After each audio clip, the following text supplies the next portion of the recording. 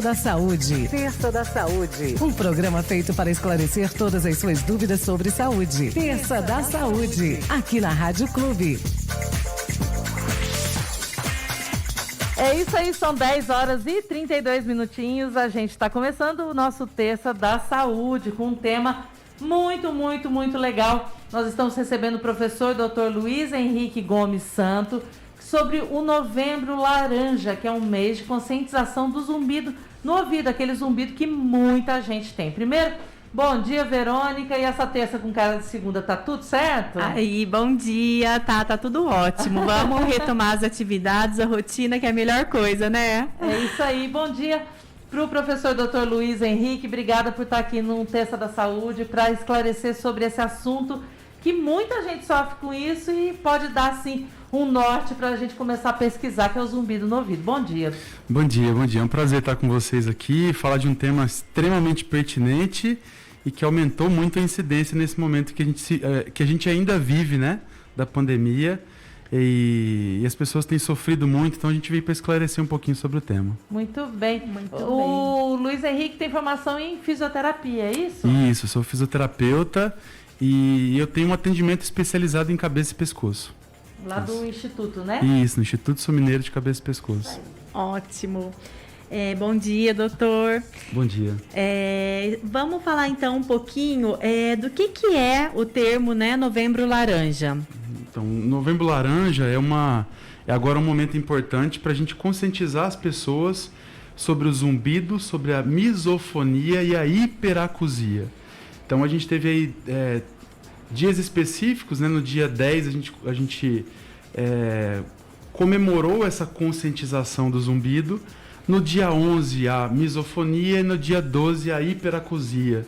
Então esse é um mês que está sendo destinado para a gente falar bastante sobre esse tema, para que as pessoas conheçam um pouco mais, para saber qual profissional buscar para o tratamento, quais são os comportamentos que elas devem adotar para prevenir ou pelo menos para tentar controlar melhor esse som que vem do ouvido, né? Então é um momento importante. Essas complicações auditivas, né, elas acometem muito a qualidade de vida do paciente. Sim. E em qualquer idade, né? E eu acredito que agora na pandemia o estresse, a questão emocional também ficou muito abalada e aumentou demais, né, a questão da incidência. Sim. E o que é o zumbido, assim, cientificamente falando? Tá, o zumbido, então... Que a gente confunde muito, né? Zumbido, labirintite, aquele incômodo do labirinto. Então, vamos esclarecer aqui com o doutor o que é em si o zumbido, por favor. O zumbido é quando a gente tem um som incômodo no pavilhão auditivo. Então, algumas pessoas percebem que está em um ouvido, outros percebem que estão nos dois ouvidos. A primeira coisa que a gente precisa entender é que 60% das pessoas, da população mundial, percebe algum som. Então, assim, todos nós, se a gente parar num lugar, num ambiente sem nenhum barulho, a gente vai perceber ainda algum barulho. Então, é normal que a gente perceba algum barulho. Quanto mais a gente der atenção para esse som, a tendência é isso começar a ser desagradável, né? Então, o zumbido nada mais é do que um som presente dentro do pavilhão auditivo. E quando esse som se torna desagradável é que a gente considera como zumbido. Que precisa de tratamento, né? Quando aquele som começa a incomodar a vida da pessoa no dia a dia. Pode ser um chiado, pode ser um apito, pode ser um grilo. Então as pessoas dão algumas definições. Algumas pessoas falam que é uma marreta. Então são vários tipos de definições diferentes e com intensidades diferentes. Então a gente coloca aí o zumbido, às vezes pessoas que acham algo desagradável. Como você classifica o seu zumbido? 1, 2. De 0 a 10, 1, 2 é muito baixo, mas para aquela pessoa a atenção está tão grande naquele som que passa a ser algo desagradável. Incomoda muito. E ele tem relação com estresse emocional? Sim, fatores psicológicos, normalmente eles não são causais, mas eles pioram. E aí a gente relaciona isso muito com a dor crônica, né? Porque dor nunca é psicológico, não existe dor psicológica, mas os fatores psicológicos agravam muito a dor. O zumbido tem muita relação tem algo muito parecido com a dor. Os dois são construídos a nível do sistema nervoso central. Então, o zumbido, ele está presente no nosso sistema nervoso central. E uma vez ele é construído, nunca mais ele vai ser desconstruído. Nossa. Meu então, Deus! A gente fala assim... Péssima notícia. A gente fala assim, zumbido não tem cura, mas é possível ficar sem ele, inclusive para o resto da vida.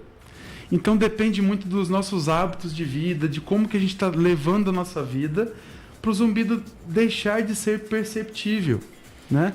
Assim como fibromialgia, a própria enxaqueca, são doenças que não têm cura, mas é possível ficar sem sofrer com elas por anos ou para o resto da vida. E qual que é o tipo de tratamento e as dicas, né, para a pessoa ficar sem ele para o resto da vida? A gente tem, como eu falei, a gente tem muitas mudanças, a gente precisa imprimir algumas mudanças de rotina, né?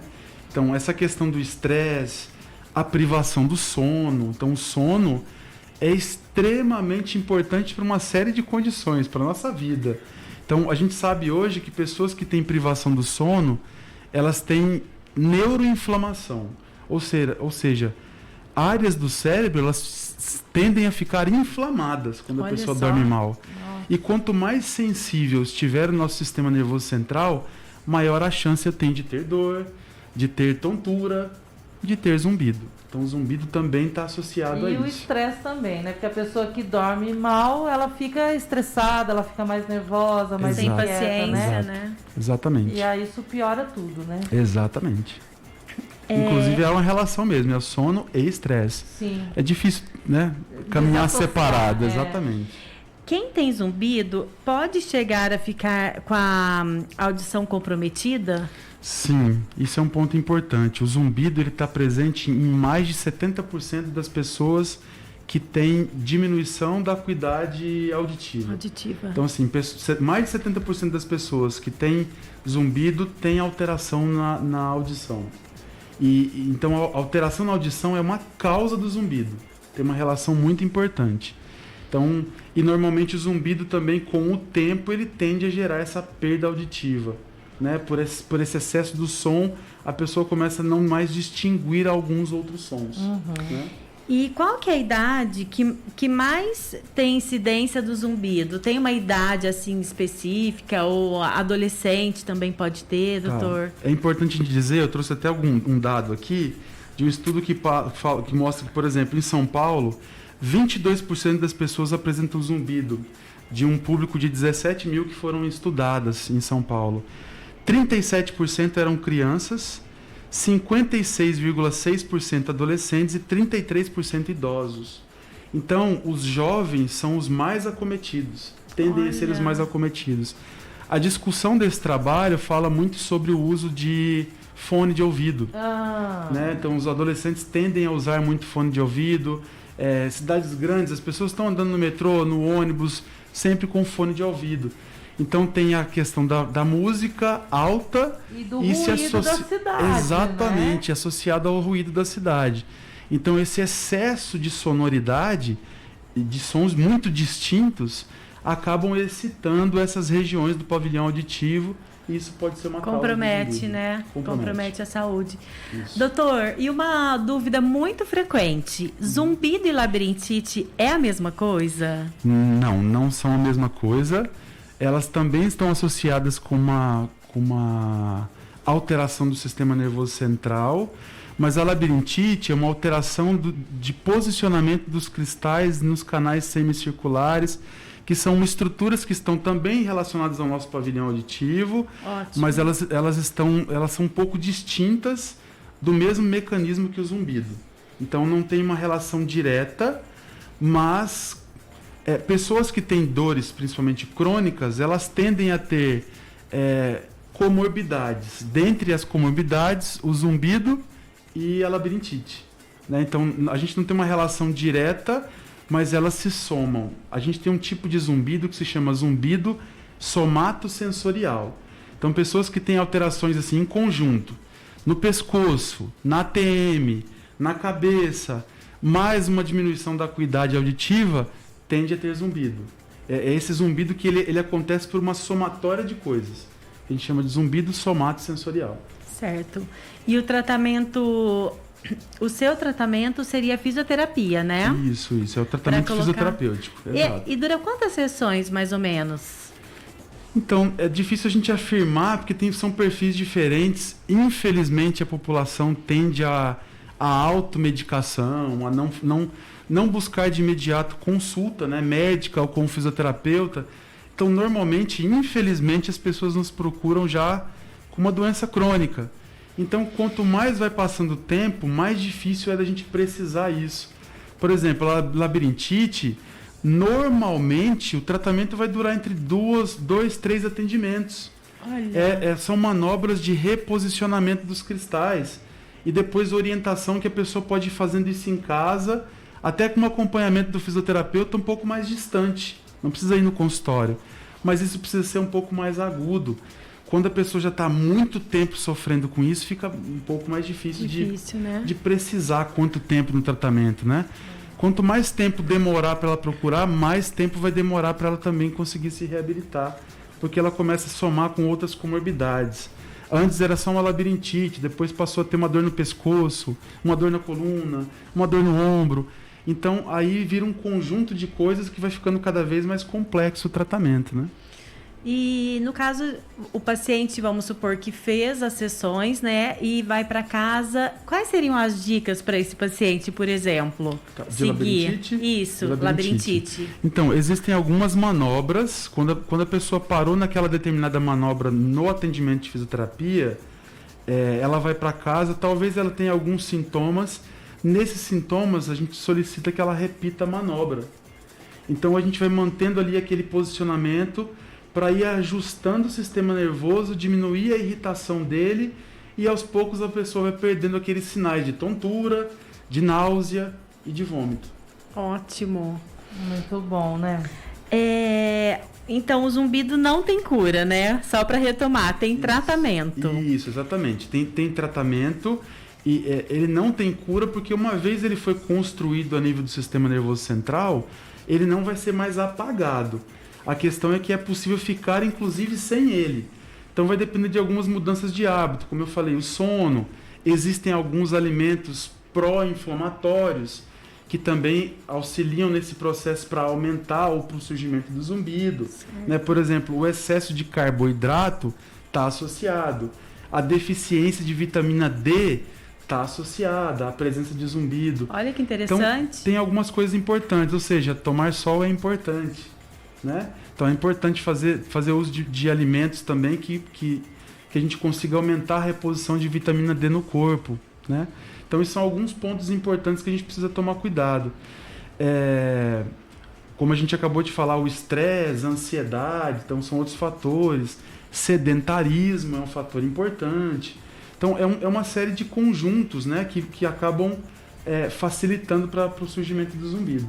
Certinho. Sempre, né? Sempre.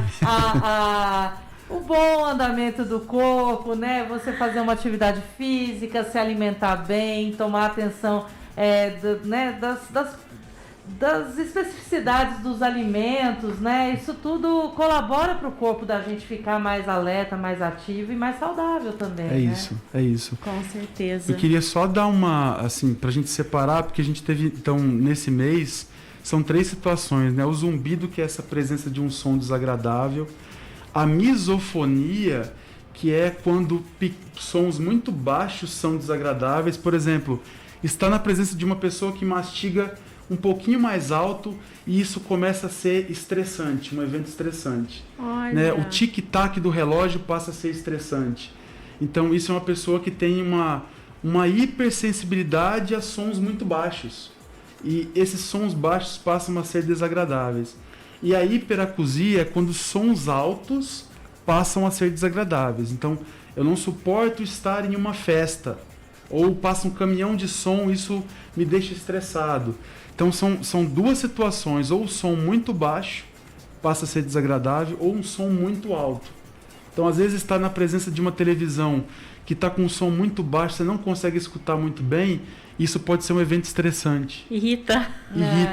Então, são essas duas condições que também são sons desagradáveis. E a gente associa muito isso à personalidade. Tipo, tá ali, frescura, pessoa chata. né? Pessoa chata que fica implicando com o relógio, fazendo tic-tac.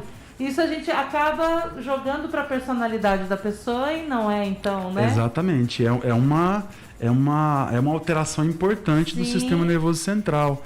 Como a gente fala, por exemplo, na enxaqueca, que a pessoa tem duas dessas três coisas. Ou a hipersensibilidade à luz, então ela não consegue ficar muito tempo na luz, ou ao som, ou ao cheiro. Então, assim, perfume, tudo isso pode ser gatilho para uma dor de cabeça. A mesma coisa para o zumbido, nesse caso, o som, né? Ou muito baixo ou muito alto. O corpo da gente, o cérebro é o universo mesmo, né? Exatamente. E eu acredito que quando a pessoa já está no limite do estresse, já está ali naquela situação emocional abalada, tudo é um motivo, né? Sem dúvida. Para virar um gatilho para disparar aí, né? Acentuar um alguma zumbido, crise, né? Quando a gente está sem paciência, a gente já fica mais intolerante, Exatamente. né? A tudo. Como que vocês incomoda. falaram, questão do comportamento, né? Tem pessoas que são muito vigilantes, né? Elas ficam prestando atenção nas coisas, nas pequenas coisas. E a hipervigilância é um comportamento também que acentua o zumbido. Porque eu tenho um sonzinho mínimo no meu ouvido, quanto mais atenção eu dou para aquele som, a tendência dele é ficar cada vez mais alto, mais perceptível. E aí começa a me atrapalhar no dia a dia. Sim. Eu vou ter dificuldade para escutar as coisas ao redor, porque eu estou dando atenção o tempo inteiro pro zumbido. Muito né? bom. Ótimo. Muito esclarecedor, né? Tem mais alguma consideração que você gostaria de passar para os nossos ouvintes? Sim, eu acho importante quando as pessoas então começarem a apresentar algum som no ouvido. Na verdade, quando esse som começar a ser perceptível, porque som a gente vai ter mesmo, é normal que a gente tenha, mas quando esse som começar a ficar perceptível, começar a incomodar, procurar o otorrino, né? Procurar um médico, otorrinolaringologista, para fazer essa consulta, para saber se tem uma perda auditiva, o quanto que isso realmente está sendo incômodo. Existem medicamentos que vão ajudar se as causas são outras, né? E o nosso trabalho da fisioterapia, que também pode ajudar no que a gente chama de manejo, para fazer a modulação desse som, principalmente quando o zumbido é somatosensorial. Então, começou a apresentar algum som desagradável, procure um profissional o mais rápido possível. Quanto mais cedo, mais fácil o tratamento, melhor para lidar com isso, né? Para não prejudicar a qualidade de vida dessas pessoas. O resultado é bem maior, né? Exatamente. Principalmente o sono, né? No momento, à noite, a hora que tudo silencia, é o momento em que o zumbido começa a atrapalhar. E aí, quando ele começa a pesar no sono, as consequências, como a gente já falou, começam a ser maiores. Muito bem, muito esclarecedor. Adorei o papo de hoje. Eu também adorei. Verônica, obrigada. Até terça que vem, se Deus quiser. E Dr. Luiz, muito obrigada. Muito esclarecedor, muito didático. E eu tenho certeza que muita gente aproveitou esse nosso papo de hoje, porque realmente é um probleminha que afeta muita gente. Gente, incomoda, muito obrigada. Né?